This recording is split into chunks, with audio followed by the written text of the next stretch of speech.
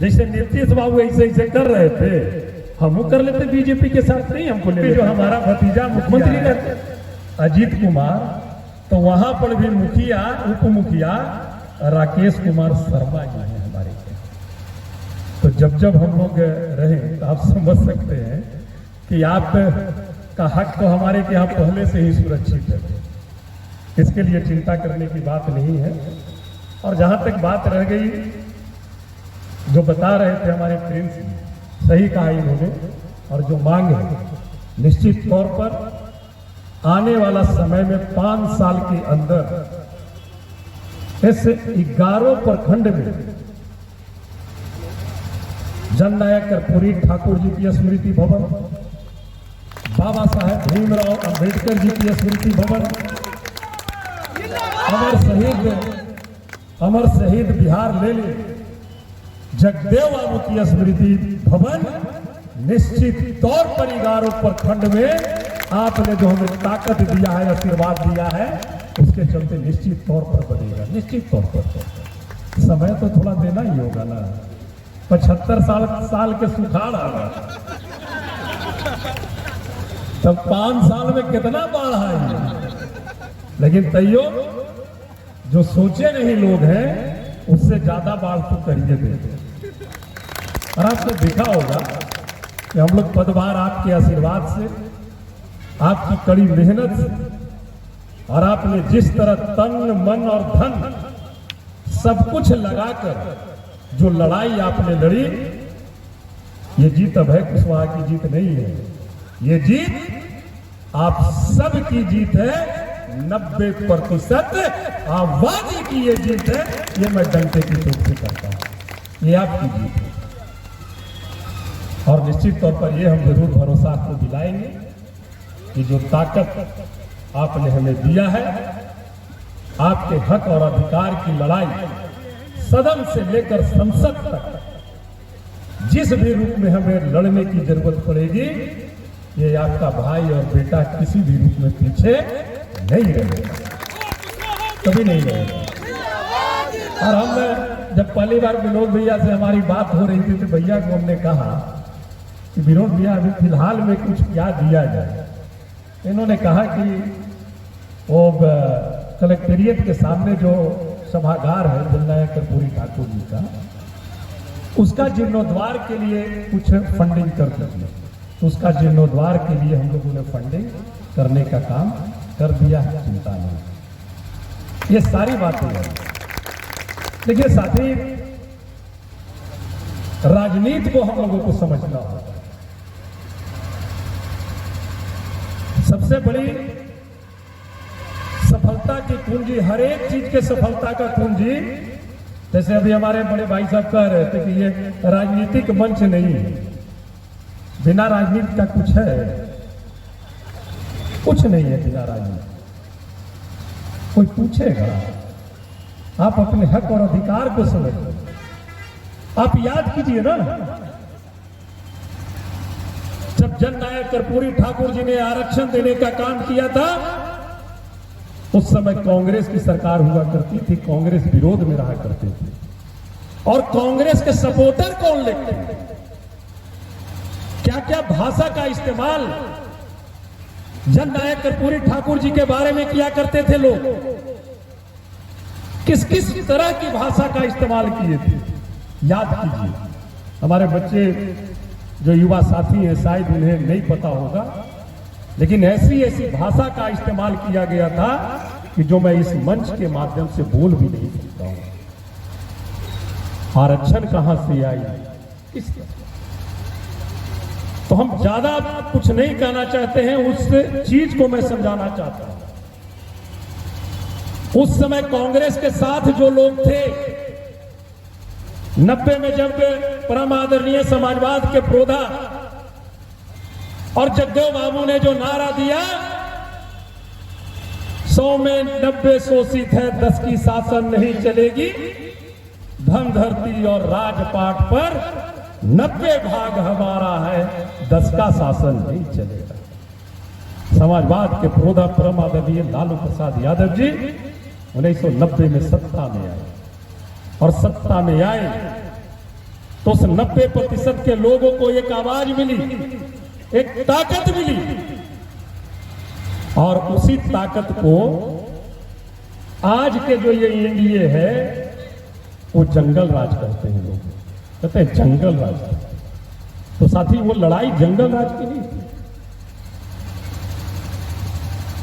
उस दौर में बिहार ने एक व्यवस्था परिवर्तन की बहुत बड़ी लड़ाई लड़ी। अगर वो लड़ाई नहीं लड़ी जाती तो मैं समझता हूं कि इस तरह का बिहार आज हमें देखने को नहीं मिलता। वो व्यवस्था परिवर्तन की लड़ाई लड़ी गई थी, जिसे लोग जंगल राज कहते हैं। हमारे चचा हैं, सब लोग हैं बैठे हुए। देखिए क्या स्थिति हुआ करती थी। लोग चल नहीं पाते थे, बढ़िया से लोग बोल नहीं पाते थे। अपना हक और अधिकार तो छोड़ दीजिए, अपन दरवाजा, अपन चरपाई, अपन कुर्सी रहता था जो बैठ नहीं सकते थे। है बात ना चाचा? वो लड़ाई थी व्यवस्था परिवर्तन, वो लड़ाई लड़ी गई। लेकिन उन लोग होते हैं बड़ी होशियार लोग।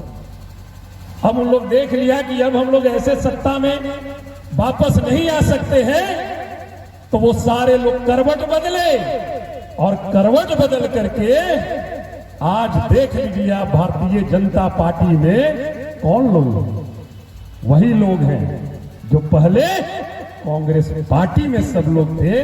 वही लोग आज भारतीय जनता पार्टी का नेतृत्व कर रहे हैं। भारतीय जनता पार्टी का नेतृत्व करने वाला और कोई दूसरा नहीं है। जो भारत रत्न जननायक कर्पूरी ठाकुर को गाली देने का काम करते थे, वही लोग आज भारतीय जनता पार्टी में एक मुखौटा पहने हुए हैं। इस चीज को समझने की आवश्यकता होगी। इसलिए हम आपसे यही आग्रह करना चाहते हैं, निवेदन करना चाहते हैं, सारे चीज को देखना है, समझना है, और जो आपकी हक और अधिकार और आपकी लड़ाई को आगे लेकर के चले, उनके हाथों को मजबूत करने की आवश्यकता निश्चित तौर पर है। आपका हक यहां पर नहीं मारा जा सकता। उर्मिला जी बैठी हुई है, विधान पार्षद है, आप नाम सुने होंगे। एमएलसी जो रजक मुन्नी रजक जी, कोई नाम आज के पहले जानता था? मुन्नी रजक जी हमारे ही गया से जो पत्थर तोड़ने का काम किया करती थी, माता भगवतिया देवी को लोकसभा में भेजने का काम किया था। ऐसा कभी हो सकता था क्या? कोई सोचा था? कभी कोई नहीं सोचा था। इसलिए उस चीज को हम लोगों को समझना है, और इन लोग एक नया मुखौटा पहन करके एक समझिए कि हम लोगों को धोखा देने के लिए ये राजनीति कर रहे हैं, ताकि हम कैसे मार करें। अब देखिए ना, लोकसभा में परम आदरणीय प्रधानमंत्री जी परिनिर्वाण दिवस के अवसर पर बाबा साहेब अम्बेडकर जी के बारे में क्या कितनी सगुफा पढ़ते हैं।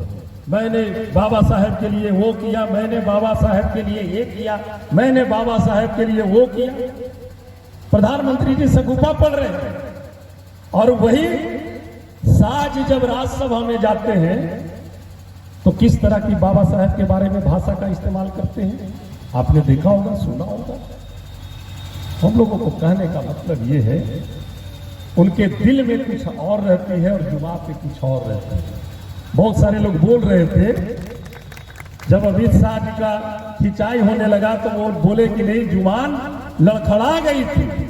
तो हम लोगों ने कहा कि उनकी जुबान नहीं लड़खड़ाई थी, दिल की बात उनकी जुबान पे आ गई थी। तो ये सारी चीज हम लोगों को समझना है। इसी चुनाव में 400 पार का नारा वो दे रहे थे, वीडियो आपने देखा होगा। क्या कहा था? मंत्री बगल में बैठे हुए हैं, बिहार सरकार के गया के ही थे भाई प्रेम कुमार जी, और बगल में उनके बगल में बैठ करके भाषण दे रहे हैं, मोदी जी अमित शाह जी कहे हैं 400 पार कर दो, और ये जो संविधान में जो उलूल डुलूल है इसको खत्म करना है। जब तक कि 1/3 हम लोग को बहुमत नहीं रही, वो तो देश की जनता को मैं सैल्यूट करता हूं कि उनके इस नजर को समझ गए और 400 पार तो दूर, पहले से भी 240 तक के लिए आए। नहीं तो 400 पार रहता तो फिर किसी को बोलने का अधिकार, हम लोग ऐसे भाषण दे पाते?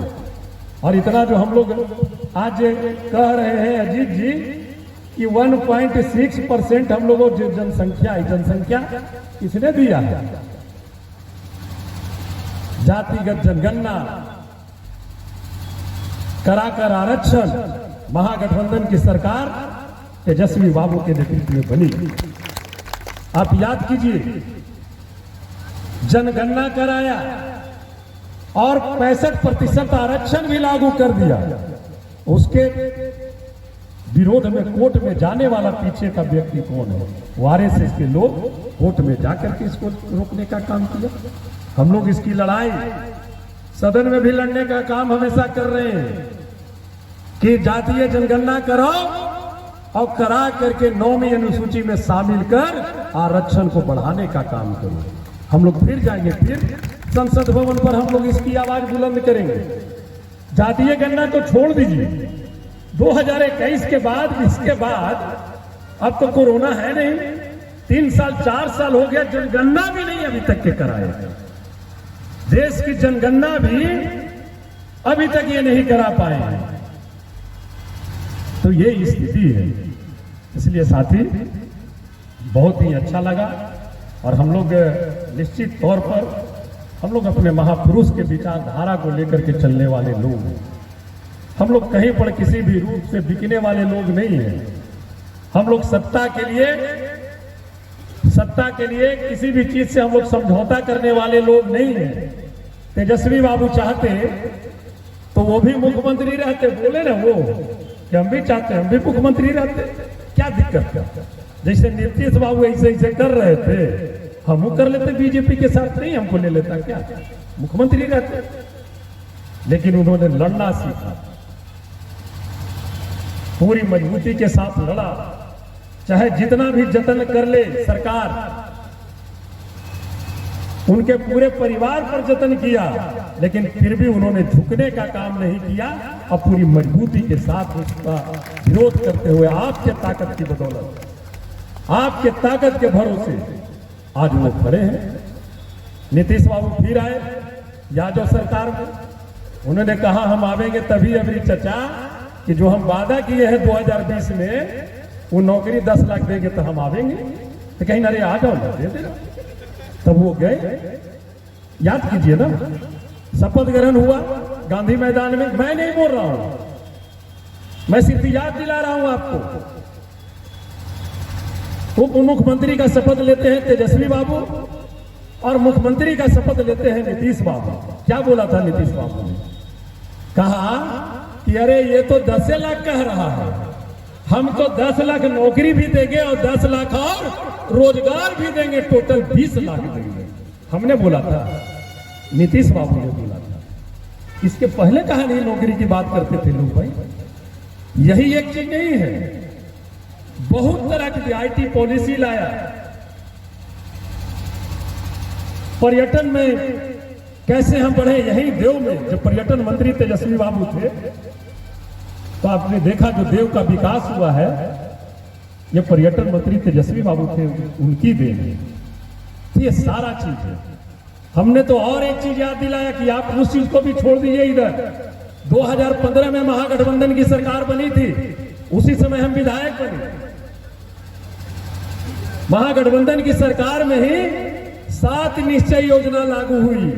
हर घर नल का जल, गली नली पक्कीकरण योजना, GTNSY ग्रामीण टोला निश्चय संपर्क पथ योजना, कौशल विकास मिशन योजना। ये सब किस सरकार की देन थी? महागठबंधन की ही सरकार की देन थी। और ये कहते हैं डबल इंजन, इनकी सरकार आएगी जंगल राज आ जाएगा।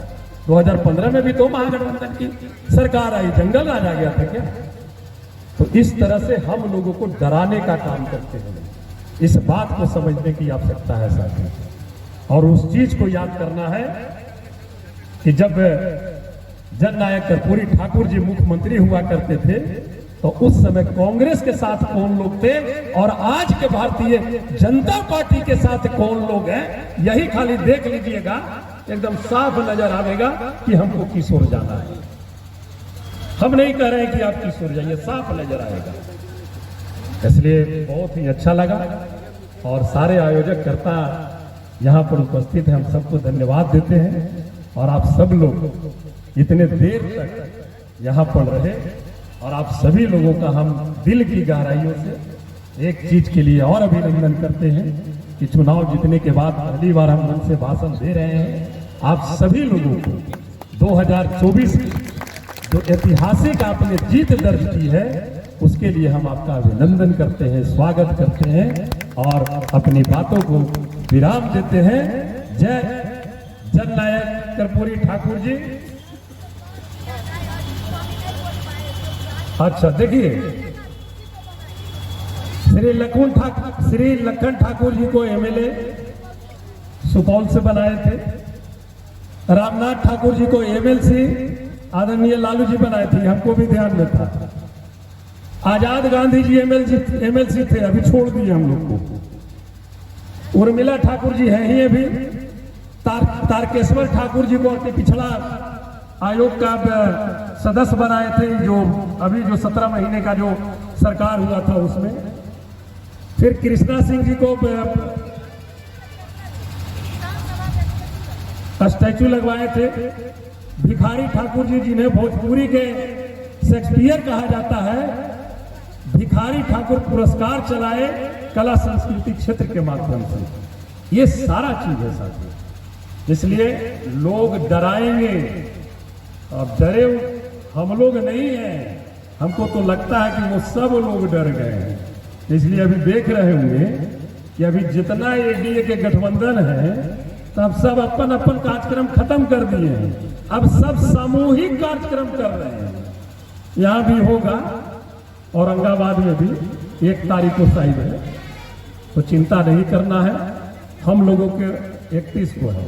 हम लोगों को जिस तरह से जिस मजबूती का परिचय आपने 24 में दिया है, उसी एकजुटता का परिचय देते हुए आप औरंगाबाद में प्रदर्शन 25 में दोहराइएगा। और मैंने कहा, आज भी इस मंच से कह रहा हूं, अगर आप अपनी सरकार बना लिए इस बार, औरंगाबाद से अगर आपकी सरकार बनी 2025 में, तो 2026 में औरंगाबाद में मेडिकल कॉलेज का हम शिलान्यास करेंगे। ये काम करेंगे। ट्रामा सेंटर के लिए जमीन का अधिग्रहण करीब करीब फाइनल हो चुका है। ट्रामा सेंटर के लिए जमीन का अधिग्रहण करीब करीब फाइनल है। बहुत जल्द उसमें काम लगेगा। आपने देखा उत्तर कोई लहर का पानी पहले कैसे नहीं आता था, हम लोग कहां तक के पार कर दिए। भूरहा जो पुल था अभी पहला बार लाइफ में पार हुआ है, पहला बार पार हुआ। और जितना उत्तर कोयल का सब डिस्ट्रीब्यूटरी है उसका भी डीपीआर वगैरह करीब करीब लगभग बन के तैयार है। वो तकरीबन 700 कुछ किलोमीटर है जो फर्स्ट फेज में होगा। मैं समझता हूं कि वो भी मार्च से अप्रैल तक उसका भी टेंडर हो जाएगा। हम लोग जो वादा किए हैं, मैंने कहा भी था कि आप हमें मौका दीजिए, उत्तर कोई लाल पानी लाने के लिए अगर सदन में हमें आत्मदाह भी करना पड़ेगा तो आपका बेटा करेगा, लेकिन इस लड़ाई को मैं लड़ूंगा। बहुत तरह की काम है, उसकी चर्चा काम की मैं करूंगा। आपके लिए लगा हुआ हूं मैं, चाहे मेडिकल में इलाज के लिए भगवान न करे किसी को जाने की आवश्यकता हो, आप आइएगा, आपके स्वागत के लिए हम लोग वहां रहेंगे।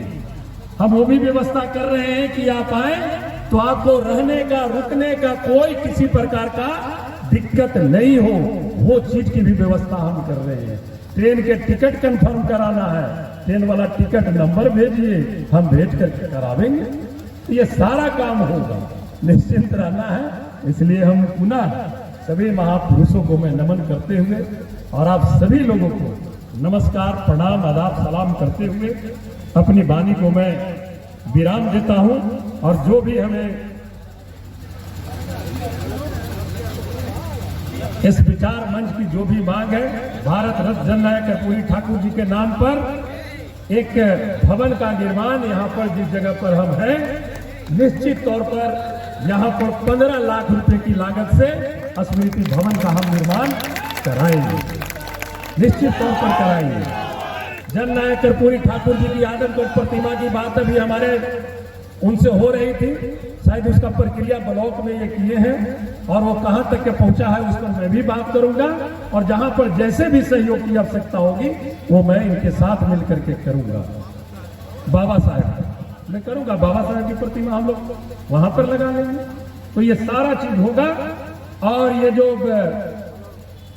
आयोग का गठन के बारे में बात की है, मैं जरूर आपकी बात को, आपकी भावना को मैं माननीय नेता आदरणीय तेजस्वी बाबू के पास मैं जरूर रखने का काम करूंगा।